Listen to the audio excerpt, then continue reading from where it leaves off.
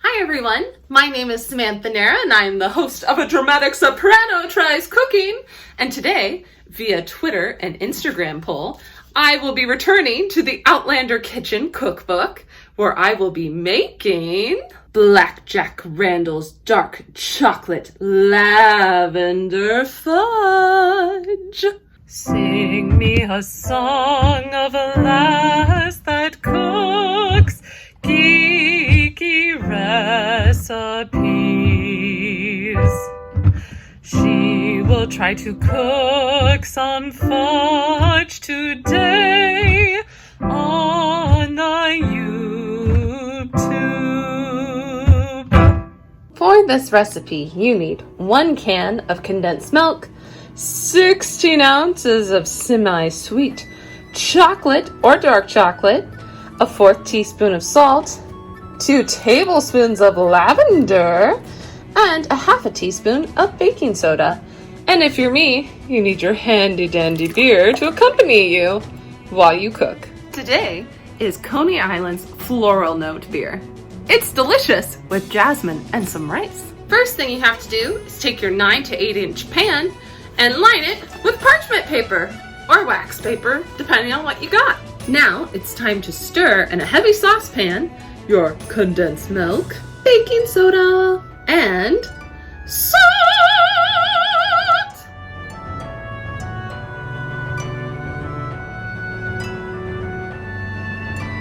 This beer is so good. Now, you're gonna turn your oven onto low heat and slowly melt in your chocolate. Chocolate! It's almost as good as beer. Going to melt some chocolate.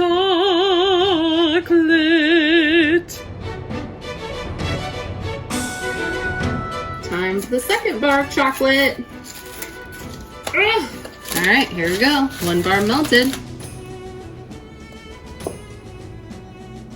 Oh. Like, have you seen anything more beautiful in your life? It's just chocolate. Oh, so good. Ooh, I think my oven runs a little hot. I'm gonna turn mine down just a little bit, because I don't want the chocolate to burn. It's melting in my hands.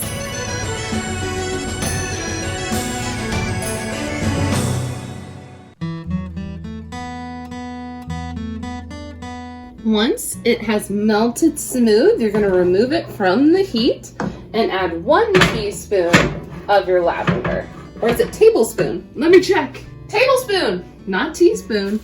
My bad. You're gonna crush that 1 tablespoon gently with your fingers. I'm just pouring mine out to begin with. And remember, as I have told you on previous episodes, and I've learned from experience, so please learn from my experience, a little bit of lavender goes a long way. So you're going to crush it with your fingertips, it says, and just stir it in. Crushing lavender with my fingertips, not so well.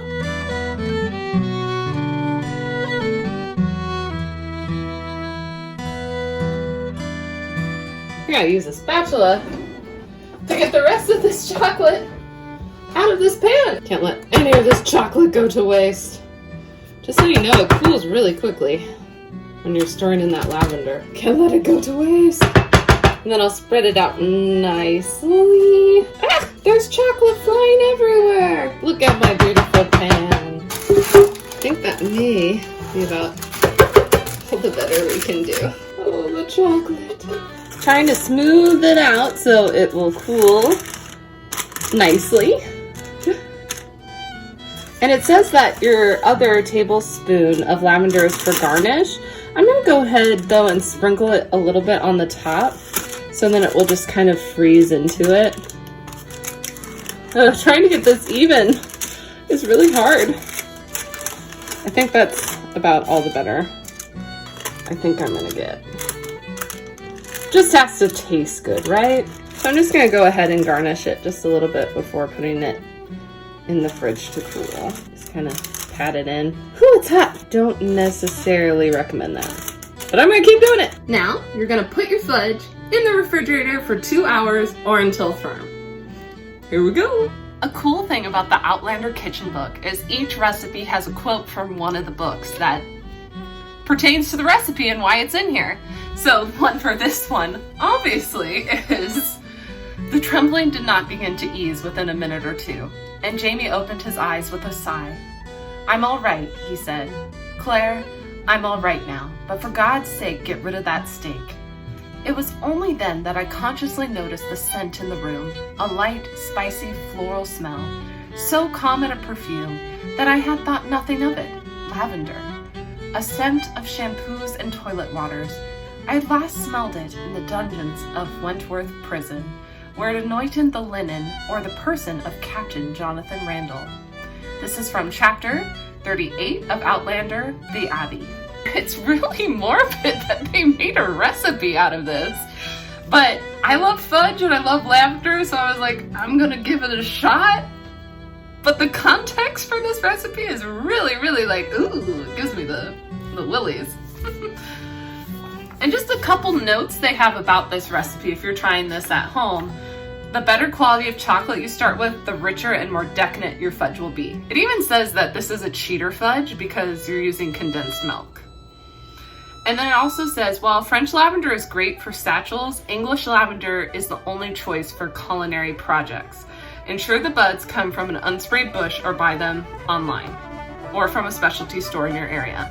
So I bought mine from Etsy and they were cleared for culinary use. So there you go. While that is cooling, I'm going to show you a little clip from a performance that's going to take place from today of Third Norn that I will be singing with Scenic Opera. I will make sure to put their YouTube in the link below. So I hope you enjoyed this little scene. Also, this is my costume for Norn. So you're getting a little preview already.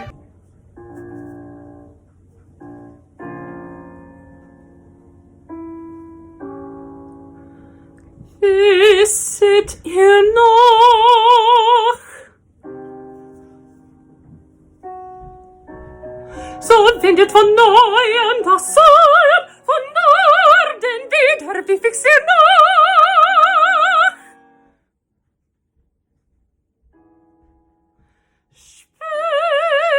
Spinne, Schwester, und All right, it's been 2 hours. Let's check the firmness of the fudge. It's firm. Now you just have to take it, cut it up, and you can store it in the fridge up to 1 week, it says. It also says it's perfect with tea or coffee as a pick-me-up in the afternoon. It's 7 p.m. at night, so we're just gonna call it dessert. All right, it's the moment of truth. Time to see how this Black Jack Randall's dark chocolate lavender fudge tastes. Weirdest dessert ever to make based off of a book. Just putting that out there. Really weird.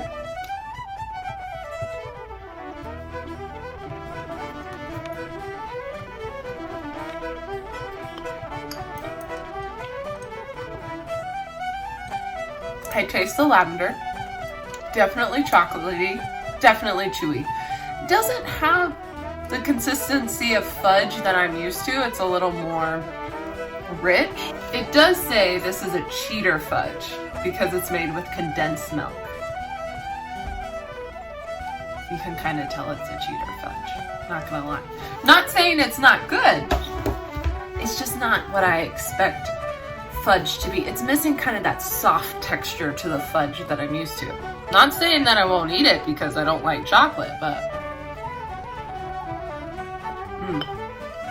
I've never had chocolate and lavender together. It's very interesting. I like it. It's different. If you like this episode, make sure to like and subscribe. If you want to see more Outlander episodes from Outlander Kitchen, be sure to leave a comment saying like, hey Sam, I want to see some more Outlander recipes. Because goodness knows, this is a pretty big cookbook. There's a lot. And make sure to tune in to Scenic Opera on YouTube to see me sing Try to Norn. Bye!